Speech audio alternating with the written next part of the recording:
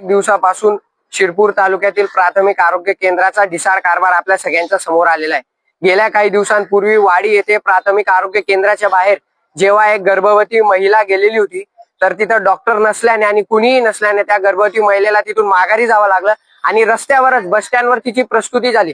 म्हणजे एक प्रेग्नेंट महिला जेव्हा दवाखान्यामध्ये जाते तिला उपचार मिळत नाही, रस्त्यावर येऊन तिला त्या बाळाला जन्म द्यावा लागला। आणि ते होताच काही दिवस त्या घटनेला उलटलेले नसताना काल सांगवीमध्ये मोठा प्रकार घडला।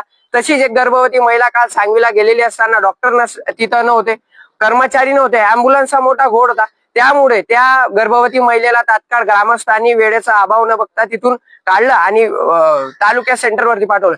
मग प्रश्न असा निर्माण होतो, नेमके प्राथमिक आरोग्य केंद्र कशासाठी आहेत आणि जर असतील तर तिथे डॉक्टर्स आणि कर्मचारी का राहत नाही। म्हणून त्याचा निषेध म्हणून आज प्राथमिक आरोग्य केंद्राची व्यवस्था ही अँब्युलन्स सारखी ढिसाळ झालेली आहे। ते स्ट्रेचर वरती आलेले एका गर्भवती महिलेला जर का प्रस्तुतीसाठी रस्त्यावर प्रस्तुती करावी लागत असेल तर एकीकडे महाराष्ट्राचे मुख्यमंत्री या आरोग्य केंद्राची आरोग्य विभागाची तुलना अमेरिका आणि जपान बरोबर करता, पण आजही ग्रामीण भागामध्ये शिरपूर तालुक्यामध्ये आरोग्य केंद्राची व्यवस्था ढिसाळ आहे। याचा निषेध आम्ही नोंदवत निवेदन देऊन जर का येत्या काही दिवसांमध्ये याच्यावरती कारवाई झाली नाही तर शिरपूर फर्स्टच्या वतीने यापेक्षा तीव्र आंदोलन आम्ही या पंचायत समिती कार्यालयात